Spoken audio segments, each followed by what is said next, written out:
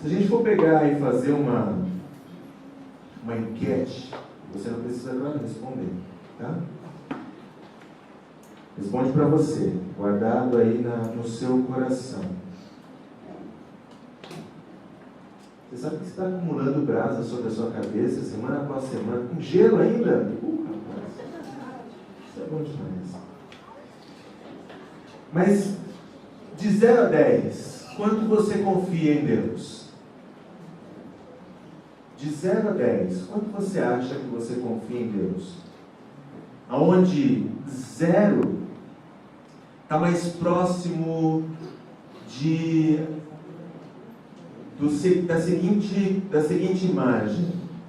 0 está mais próximo da pessoa que ela não consegue descansar. Ela está constantemente ansiosa, ela está constantemente nervosa, ela está constantemente vivendo o dia que ainda não aconteceu. Então, assim, para ela não basta viver os problemas do hoje. Ela vive o problema do hoje, do amanhã. Então, ela está hoje pensando como vai ser o amanhã, depois, e daqui uma semana. Isso está mais perto do 0.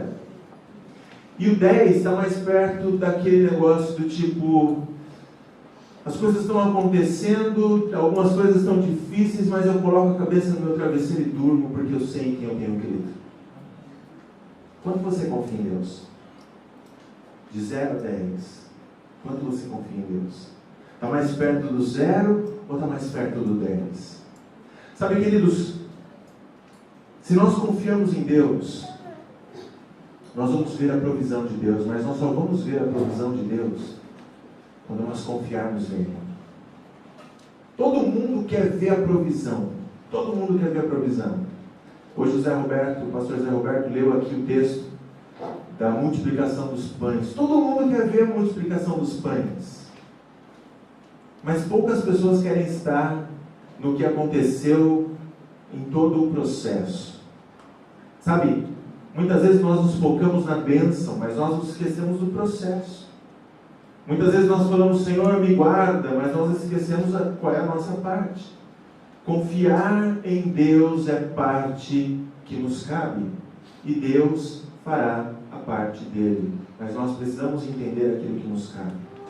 Nós vamos ver uma passagem, essa passagem da multiplicação, só que nós vamos ver um pouco em Mateus, um pouco em João. Nós poderíamos ver em todos os evangelhos, porque esse é um sinal, esse é um milagre que ele é repetido em todos os evangelhos. Isso mostra a importância desse milagre.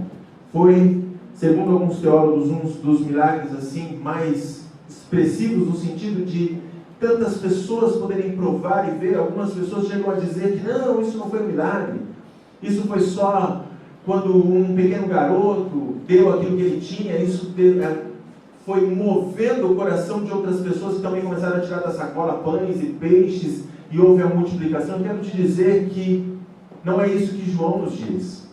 João nos diz que isso foi um sinal. Ele coloca isso como sendo um sinal, um prodígio, um milagre.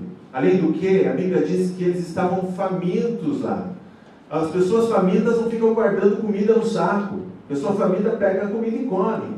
Eles estavam famintos. E depois desse episódio, aquela multidão de pessoas pega e quer eleger Jesus o rei. Por que eles querem eleger Jesus o rei? Colocar Jesus como rei? Por um simples motivo. Porque se Jesus, que multiplicou o pão, foi colocado como rei dos judeus, eles sabiam que jamais vai faltar comida naquela nação. Não vamos colocar esse homem como rei, jamais vai faltar pão. Então, assim, o que nós temos aqui diante de nós é um milagre. Um milagre. E Deus, o mesmo Deus, é o Deus que nós servimos hoje e que ainda faz milagres. Algumas vezes sobrenaturais, outras vezes providenciais, usa coisas naturais, mas ele ainda age da mesma forma. Só para você entender, você pode abrir aí já em Mateus 14, é o texto que nós vamos abordar. Mas eu gostaria de dar para você um contexto, um panorama geral do que é que está acontecendo aqui. Bom, nós estamos, se você nos visita hoje, queridos, nós estamos acompanhando a vida de Cristo desde o seu nascimento. Nós já estamos há, eu acredito, umas 40 semanas aproximadamente, ainda tem mais umas 15 semanas pela frente, onde nós estamos acompanhando a vida de Cristo desde o nascimento dele, estamos indo passo a passo, cronologicamente, a vida de Cristo e como ele lidava com seus discípulos. Então nós vimos que os discípulos eles têm crescido na fé, eles têm desenvolvido na fé, eles têm amadurecido por estarem caminhando com Cristo. É isso que acontece com todo cristão que quer andar com Deus. Ele amadurece. Ele deixa de ser um bebê na fé, ele vai amadurecendo, ele vai crescendo. A palavra de Deus faz isso conosco. Então nós vemos que esses homens, eles estavam amadurecendo, eles estavam crescendo, e chegou um determinado ponto, um pouquinho antes dessa passagem, que Jesus envia os 12 para irem por toda a região, Judéia, Galiléia, enfim, toda aquela região dos judeus ali de Israel, para pregar o evangelho do reino, para todas as pessoas que são parte dessa grande família judaica, para todos que eram da mesma nação. Então eles saem e Jesus dá para eles autoridade para expelir demônios, para curar enfermos. E esses homens, então, eles saem apenas confiando em Deus. Nós chegamos a falar sobre isso aqui. Saem confiando em Deus e as coisas são maravilhosas, as coisas que acontecem são maravilhosas enquanto eles estão nessa viagem. Eu não sei quanto tempo essa viagem demorou, mas no meio dessa viagem acontece um fato. Porque João Batista, que é o precursor, João Batista, que é o último profeta, que Jesus coloca ele numa importância muito grande, a ponto de dizer, olha, nascido de mulher, não existe uma pessoa igual a João Batista, quer dizer, colocando ele, fora Jesus, que é filho de Deus, alguém nascido de homem e mulher, normalmente não tem ninguém como João Batista. Tamanha importância que João Batista tem no ministério de Jesus. Um homem importante, um homem que fazia o que era certo, que não, olha, ele vivia no deserto, ele comia gafanhoto e mel, ele não mexia com ninguém no sentido daquilo que não era correto, mas ele acabou denunciando um adultério. O adultério de Herodes. E Herodes ficou louco da vida e mandou prender João Batista. Enquanto os discípulos estão andando por toda aquela região, Jerusalém, Galiléia, enfim, toda aquela parte, João Batista é morto. Por uma coisa boba, extremamente boba. A Herodias, que estava louca da vida, porque ela era o alvo do problema, né, com Herodes, que era esposa do irmão de Herodes. O Herodes começa a beber, bebe, a filha da Herodias vem, faz uma dança, e ele fala uma coisa besta, que eu acho que ele nunca imaginou o que ia acontecer. Falou, olha, me pede o que você quiser, até 50% do meu reino. Ela falou, eu quero a cabeça de João Batista numa bandeja. Ele falou, agora ele tem que cumprir. Ele dá a cabeça de João Batista numa bandeja para ela, que dá para mim. Naquele momento em que João Batista morre, Herodes ouve falar de que as pessoas estão ouvindo o evangelho do reino, que era o mesmo evangelho, que a mensagem que João Batista estava pregando. E as pessoas estão sendo curadas, e os espíritos estão sendo expelidos. Ele fica até preocupado. Será que eu matei João Batista e apareceu mais uns dois? Será que é Elias que está por aqui? O que está acontecendo? Esse é o contexto dessa história que nós vamos ler. E ele fica perplexo. Mas são quem? São os discípulos de Jesus, de 2 em 2 que saíram, pregando a mesma mensagem, fazendo um trabalho maravilhoso que Deus mandou que eles fizessem, através de Jesus.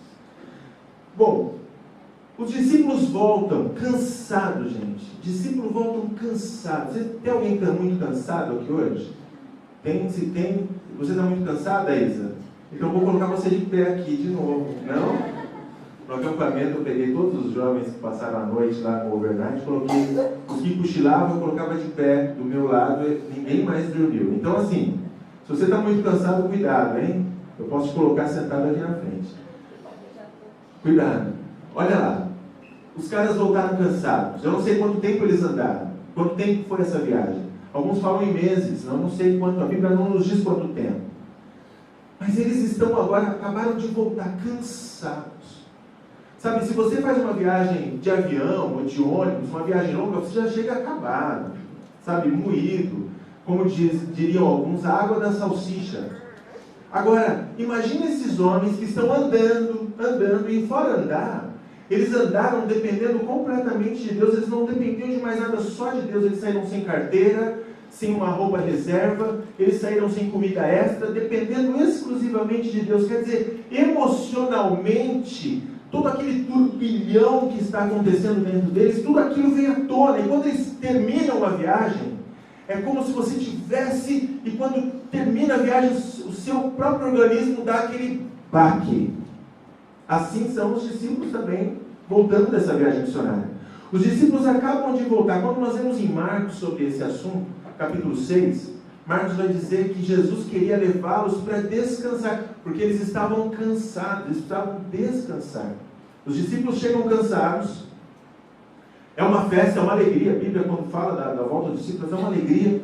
Nesse mesmo momento, chegam os discípulos de João Batista com uma triste notícia, que João Batista foi decapitado. Gente, imagina só, João Batista, ele era primo de Jesus, mas para ser primo de Jesus, muitos dos seus discípulos, alguns dos seus discípulos, pelo menos 2 que nós sabemos, eram discípulos também de João Batista. Quer dizer, João Batista é muito perto, ele está muito, é como se fosse, a gente estivesse aqui na igreja, e um dos nossos pastores, que você está acostumado a ver sempre, que você tem um carinho muito grande por ele, é como se você ouvisse falar que um dos pastores foi pego injustamente por pregar o Evangelho e foi morto na cadeia. Imagina como nós estaríamos aqui hoje, se alguém tivesse trazido essa notícia para a gente. Nós estaríamos em prantos, nós estaríamos entristecidos, indignados, nós estaríamos, sabe, consternados com aquilo que aconteceu, e nós sei lá, aquela explosão de coisa. Exatamente aqui, nós vamos então para a palavra de Deus, Mateus 14. Esse é o cenário, e com esse cenário na cabeça, eu gostaria de ler então alguns versículos de Mateus 14 com vocês. Vamos lá, a palavra de Deus diz assim, Mateus capítulo 14, a partir do versículo 12. Então vieram os seus discípulos e levaram o corpo e o sepultaram. Está falando dos discípulos de João Batista, que levaram o corpo de João Batista e sepultaram o corpo. Alguns dizem que sepultaram o corpo sem a cabeça, porque a cabeça foi dada a Herodias. Depois foram e o anunciaram a Jesus. Então, depois de sepultar o corpo, eles foram e anunciaram a Jesus o que tinha acontecido com João Batista. Jesus, ouvindo isto, retirou-se dali num barco para um lugar deserto, à parte, sabendo as multidões vieram das cidades seguindo por terra. Desembarcando, viu Jesus uma grande multidão, compadeceu-se dela e curou os seus enfermos. Ao cair da tarde, vieram os discípulos a Jesus e lhe disseram: o lugar é deserto e vai adiantada a hora. Despede, pois, as multidões, para que, indo pelas aldeias, comprem para si o que comer. Jesus, porém, lhes disse: não precisam retirar-se, dai-lhes vós mesmos de comer. Mas eles responderam: não temos aqui senão 5 pães e 2 peixes. Então ele disse: trazei-me.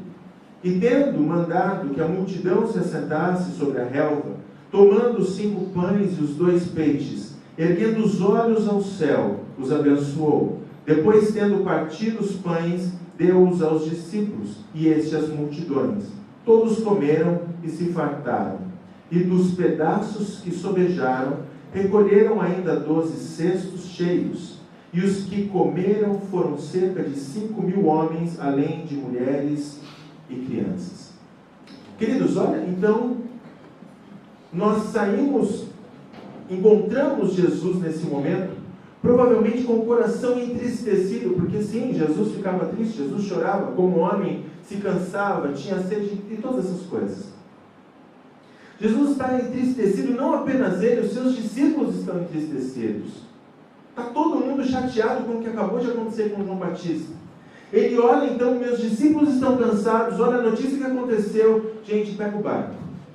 Vamos para um lugar secreto, como vocês viram aqui a semana passada.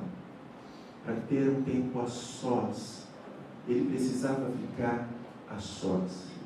Sabe aquele dia em que você não quer receber ninguém?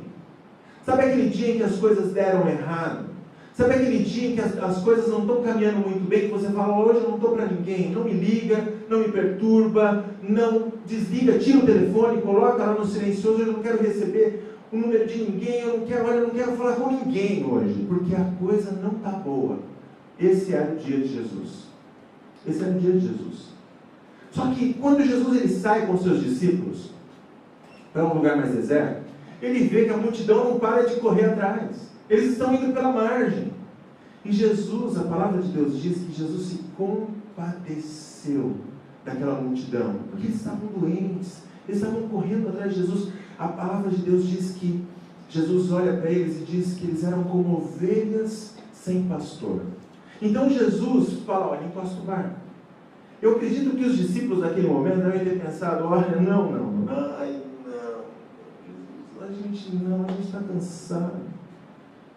Continua, vamos para o outro lado, encosta o barco. Nós não podemos nos esquecer de uma coisa, queridos. Jesus está o tempo todo ensinando os seus discípulos. O tempo todo ele está ensinando os seus discípulos. E aqui nós começamos a ver o primeiro ensinamento que Jesus dá para os seus discípulos. Porque quando Jesus está falando encosta o barco, não é assim, encosta o barco porque vocês vão dormir e eu vou trabalhar. Não é assim. Encosta o barco, pessoal, vamos trabalhar. Eu acabei de chegar numa viagem missionária. Eu passei, talvez, alguns meses andando. As coisas aconteceram. Agora, encosta o barco. Eu acho que a maioria, se eu tivesse um pastor que fizesse uma coisa dessa, o pessoal ia falar, pula, pastor. Pula e vai nadando e a gente se vê lá do outro lado. A gente vai descansar. Você não me leva mal, mas não é assim que funciona. Eu preciso de um tempo para descansar. Mas a gente está falando do Mestre. A gente está falando de Jesus. Os homens pararam o barco. E Jesus dá o primeiro ensinamento a respeito de multiplicação, confiar em Deus, naquilo que Deus vai fazer como ser o provedor da sua vida. E a primeira coisa, queridos, é não pensar apenas em si mesmo. A primeira lição que nós temos aqui. Nós temos o costume muitas vezes de pensar em nós mesmos, naquilo que é bom para nós, no momento que é bom para nós, naquilo que faz bem para as nossas vidas. Só que o que Jesus começa ensinando aqui é o seguinte, primeira coisa, você lembra daquele assunto que eu falei, morrer? Que nós temos que morrer para nós mesmos, negar a nós mesmos, tomar a nossa cruz, então agora está na hora. Vocês estão cansados? Mas essa é a hora, para o barco, porque eles precisam de ajuda. Quer dizer, morreu alguém que eu gostava, que eu amava, eu estou cansado, não é um bom dia, mas Jesus nunca está cansado ou ocupado demais para você e para mim. E se Ele não está ocupado demais para você e para mim, nós também não podemos estar cansados demais para estender a mão para as pessoas que estão ao nosso redor. Nós não podemos, porque nós representamos a Cristo. Se nós estamos cansados demais para estender a nossa mão para as pessoas que precisam, nós não estamos representando a Cristo como deveríamos. Nós não podemos. Por outro lado, queridos, a primeira questão com a provisão, uma é negar a nós mesmos e saber que nós precisamos estender a mão. Por outro lado, Jesus vai estar sempre à sua disposição. Por que isso é importante saber?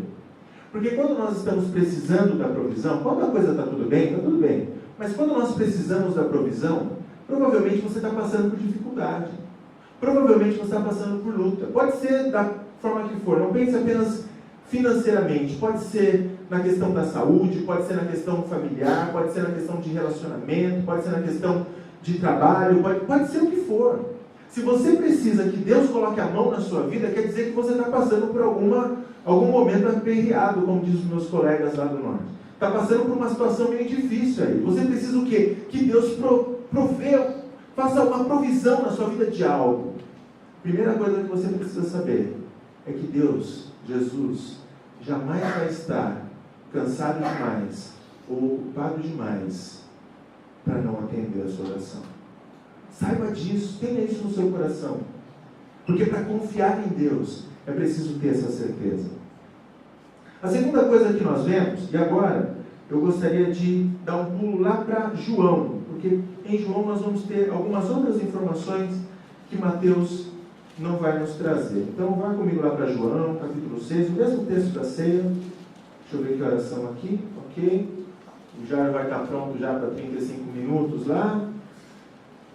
A palavra de Deus aqui, no capítulo 6, a partir do versículo 5, nós vemos o seguinte: é o mesmo episódio, a mesma situação, só que João traz algumas informações diferentes.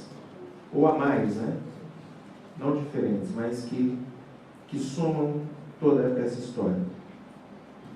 Então, Jesus, erguendo os olhos e vendo que grande multidão vinha ter com ele, disse a Filipe: onde compraremos pães para lhes dar a comer?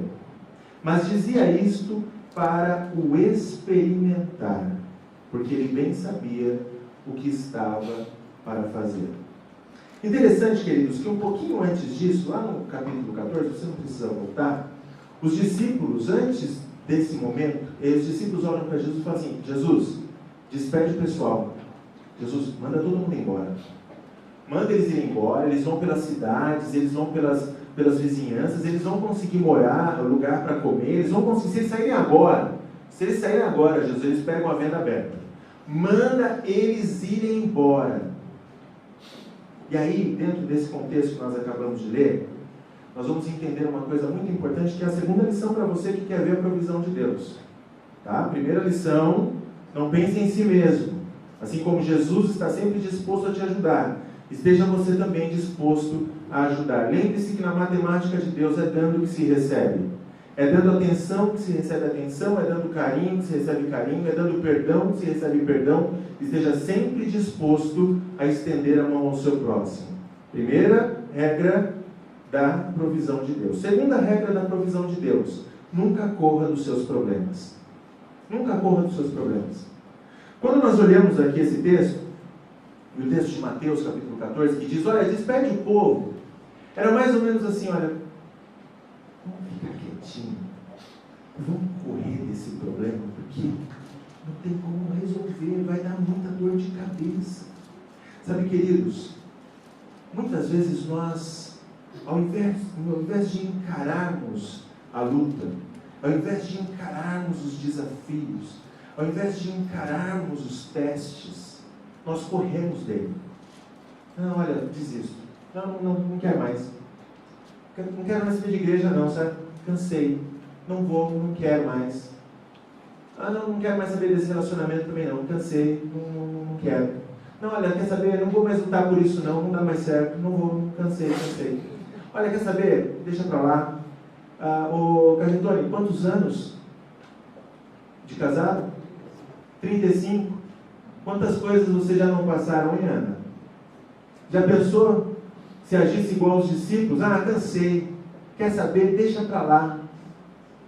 Não podemos. Nós não podemos deixar para lá. Por quê? E esse texto nos ajuda a entender.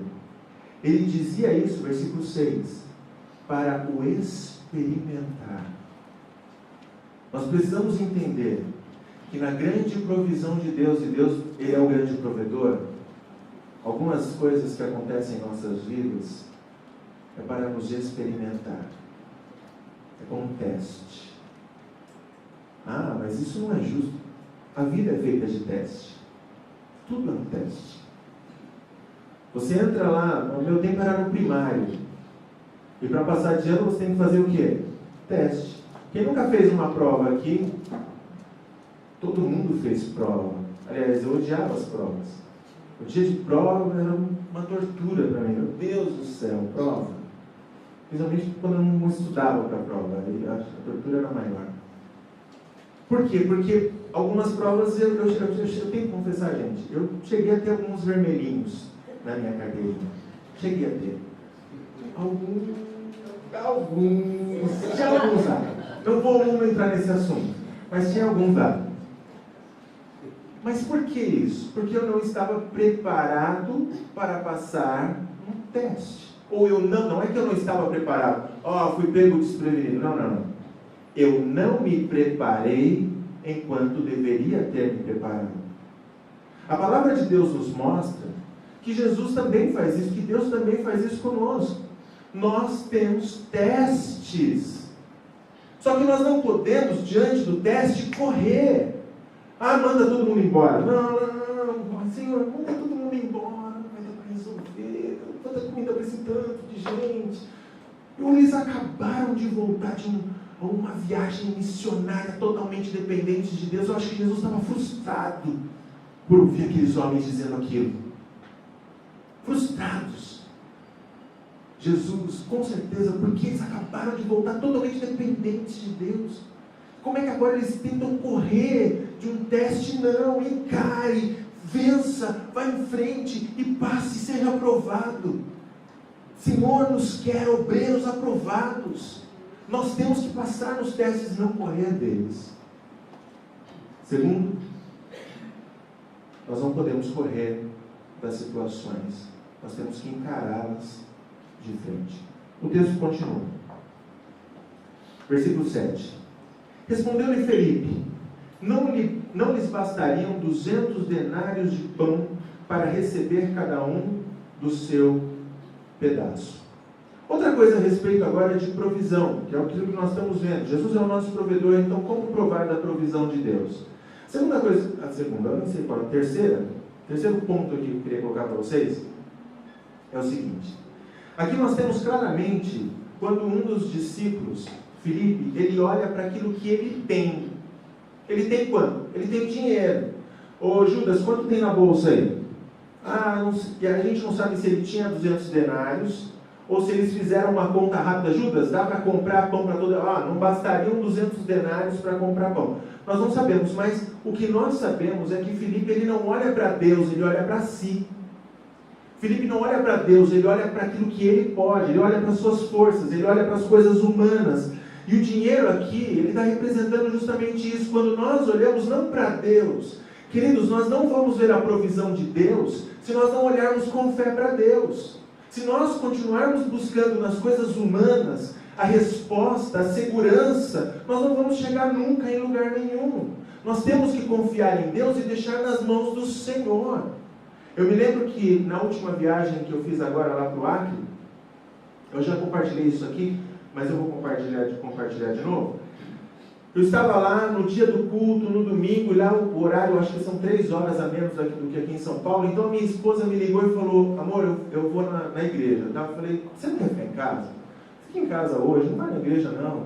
Porque eu moro num lugar que é afastado da cidade. É fechado por arame farpado, qualquer um passa, qualquer um pula.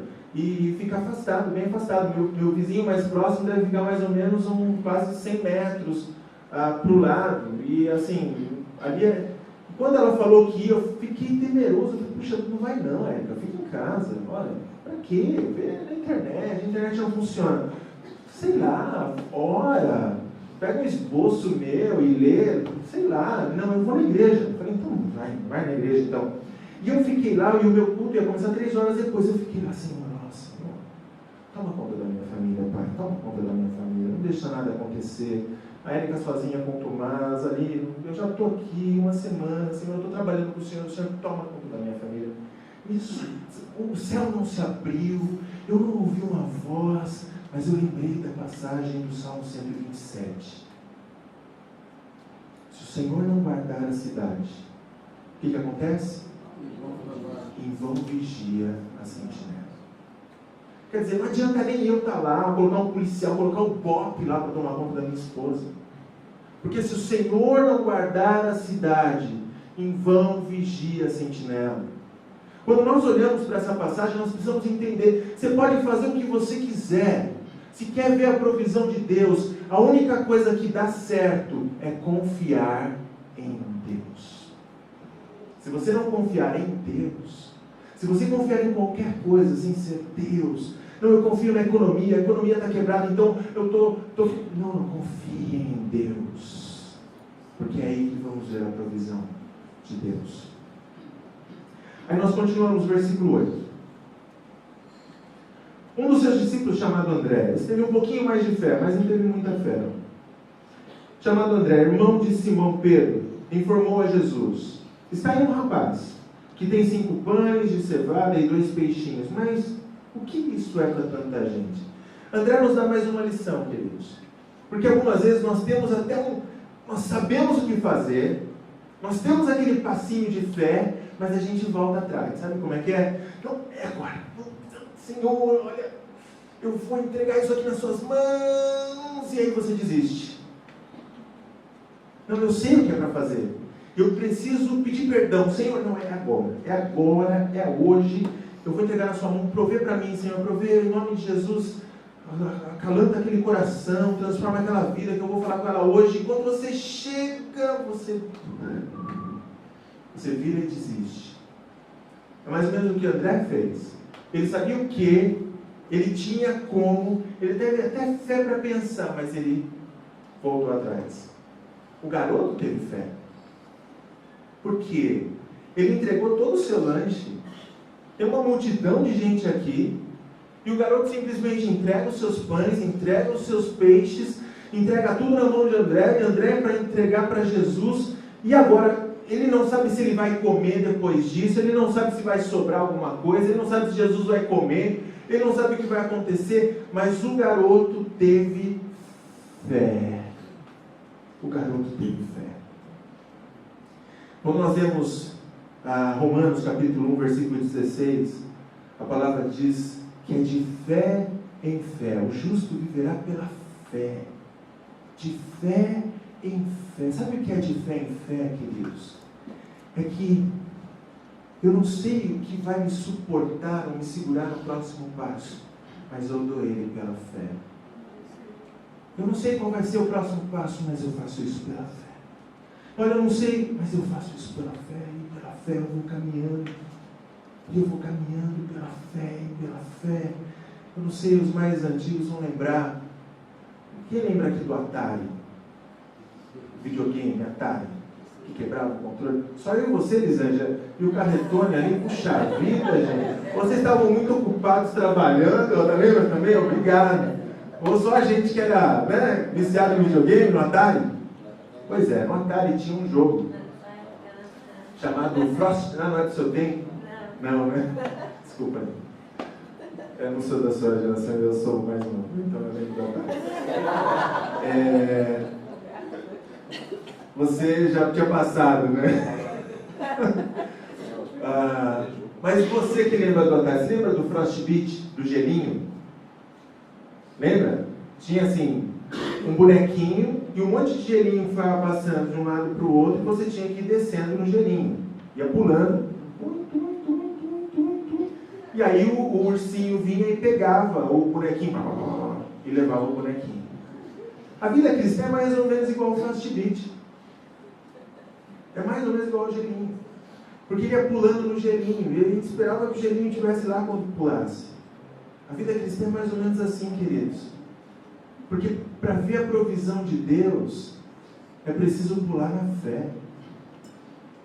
E algumas vezes você não sabe se vai ter um gelinho lá. Mas você pula. Porque você confia em Deus. A música que nós cantamos antes dizia que algumas vezes você tem que sair do barco. Quem vive pela fé algumas vezes sai do barco. É preciso sair do barco para ver a multiplicação. Porque se você ficar no conforto do barco, pensando em si mesmo, nas suas coisas, se os discípulos não tivessem parado aquele barco e saído com Jesus, eles jamais veriam esse milagre maravilhoso e a multiplicação de pães e peixes em 15, 20 mil pessoas sendo alimentadas pelo poder de Deus. Nós muitas vezes olhamos a provisão e nós pensamos, eu quero a provisão na minha vida, Deus, eu quero a provisão, mas eu não estou disposto a pular do barco, eu não estou disposto a pular a dar um passo de fé e pular, e de fé em fé, e de fé em fé. Mas a vida do crente tem que ser de fé em fé. Porque se não for de fé em fé, tudo que você vai ver é aquilo que você pode fazer. E acredite, é muito menos do que a provisão de Deus pode fazer por você. Deus ainda provê. Deus ainda provê as necessidades. Deus ainda provê alegria no lar. Deus ainda provê o respeito. Deus ainda provê saúde. Deus ainda provê tudo. Eu creio num Deus que pode todas as coisas. Mas é preciso sair desse barco primeiro. Porque nesse barco do conforto, da zona de conforto, você não vai ver a provisão de Deus. Um homem, pastor Augusto Frank, alemão, no século XVII, final do século XVII, ele montou um orfanato. E a ideia dele era recolher as crianças que estavam ali na rua. Um dia, ele estava orando e pedindo ajuda ao Senhor para que Deus os abençoasse. Afinal de contas, ele tinha tantas crianças, ele precisava suprir para aquelas crianças e estava escasso. Ele não sabia como fazer. Quando a porta bateu, e aí você pensa, opa, é Deus provendo, oh glória, esse é o Deus que eu creio, esse é o Deus que eu gosto. Pois é, era uma senhora viúva, que em lágrimas pedia uma quantia em dinheiro. E ela dizia, eu preciso disso. Eu preciso disso. Ele falou, olha senhora, me perdoa. Eu estava aqui, inclusive, orando, pedindo para Deus nos abençoar, porque eu também não tenho recurso, eu não tenho como te ajudar. Me perdoe. E a mulher caiu copiosamente chorando, como se a última chance dela acabasse de dizer não. Ele ficou tão comovido com aquilo, que ele falou, olha, espera um pouquinho. Eu vou no meu quarto orar, a senhora fica aqui. Ele foi até o quarto dele orar, ele ajoelhou e falou, Senhor, o que é isso? Eu estou aqui pedindo para o Senhor me ajudar, eu estou aqui pedindo a provisão de Deus, e o Senhor me manda uma viúva, e agora eu estou aqui com o coração apertado, porque como é que eu vou dizer tchau para essa viúva? E agora, Senhor? E ele sentiu que o Espírito Santo de Deus movia o coração dele para mudar a sua decisão.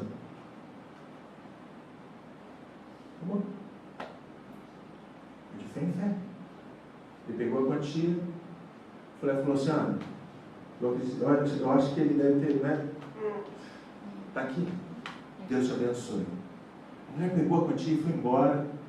3 dias depois ele recebeu uma carta. Aí você pensa, dinheiro, a provisão chegou, não. Era a carta da senhora dizendo, olha, muito obrigado. Você me ajudou muito, você salvou a minha vida. Todos os dias eu estou pedindo a Deus que derrame as bênçãos dele sobre você. Mesmo dia que ele recebeu a carta, ele recebeu a visita de mais uma senhora. Só que agora não era uma senhora viúva, humilde. Agora era uma senhora rica. E ela trouxe uma oferta para esse orfanato. De 12 vezes o valor que ele havia dado para a primeira senhora. Ele ainda estava extasiado com tudo aquilo, quando um colega dele da Suécia chega e dá mais uma outra oferta para o orfanato. 2 vezes o valor que ele havia dado para aquela senhora viúva. Ele ainda, tomado, quando ele recebe a informação, no mesmo momento, que ele havia acabado de receber um mensageiro do príncipe Ludwig van Gutenberg, havia acabado de mandar 500 peças de ouro para o orfanato. Esse homem deixou registrado que no sacrifício ele ofertou, mas em momento nenhum ele foi empobrecido por aquilo que ele deu, mas ele foi enriquecido pelo poder de Deus. Queridos, eu não sei aonde na sua vida você precisa de provisão. Eu não sei, mas Deus sabe. Talvez você não precise de provisão hoje, mas talvez você venha precisar. E o dia que você se deparar com essa situação, Não adianta ficar no barco. Não adianta pensar em si mesmo. Não adianta pensar naquilo que você pode. Não adianta ter uma boa iniciativa, mas voltar atrás. É preciso saltar do barco. Talvez você tenha que andar de fé em fé. Hoje fé, amanhã não sei o que vai acontecer, mas eu vivo um dia de cada vez. Até aqui o Senhor nos abençoou e no próximo dia Deus vai agir. Talvez Deus não haja no próximo dia. E aí você vai se desesperar? Não. Você vai entender se é um teste de Deus. Eu quero ser passado com... Eu quero passar esse teste com louvor. Deus quer pessoas que confiem nele. Se não confiarmos em Deus, não veremos a provisão. A provisão vem depois de você saltar do barco. Bem baixinho, só o teclado mesmo. Podemos cantar essa música, um pedacinho, enquanto você fecha os seus olhos, enquanto você pensa um pouco. Você está mais perto do 0 ou você está mais perto do 10? Você vive o amanhã, o depois como se fosse hoje? Ou você consegue colocar sua cabeça no travesseiro e saber que Deus é poderoso para fazer infinitamente mais? O seu barco está confortável? Ou será que você tem coragem de saltar e viver de fé em fé? Tua voz me chama sobre as águas, onde os meus pés podem voar. Eu me te encontro no mistério e me confiar e ao teu nome clamarei, e além das ondas olharei. Se o mar crescer, somente em ti descansarei, pois eu sou teu e tu és meu.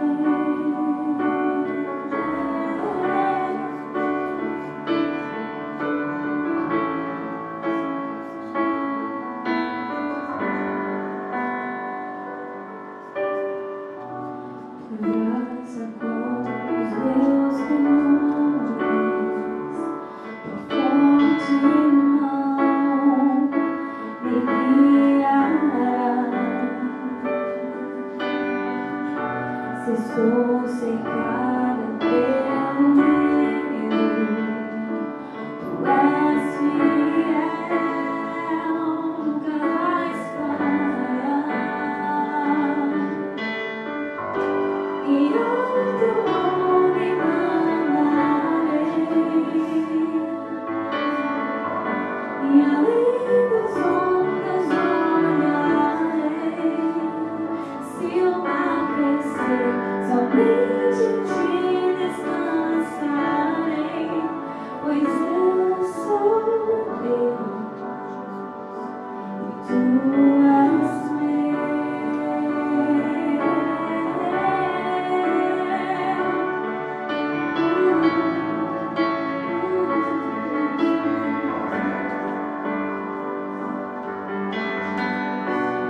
Guia-me pra quem tu te confie, sobre as águas eu caminho, por onde quer que chames.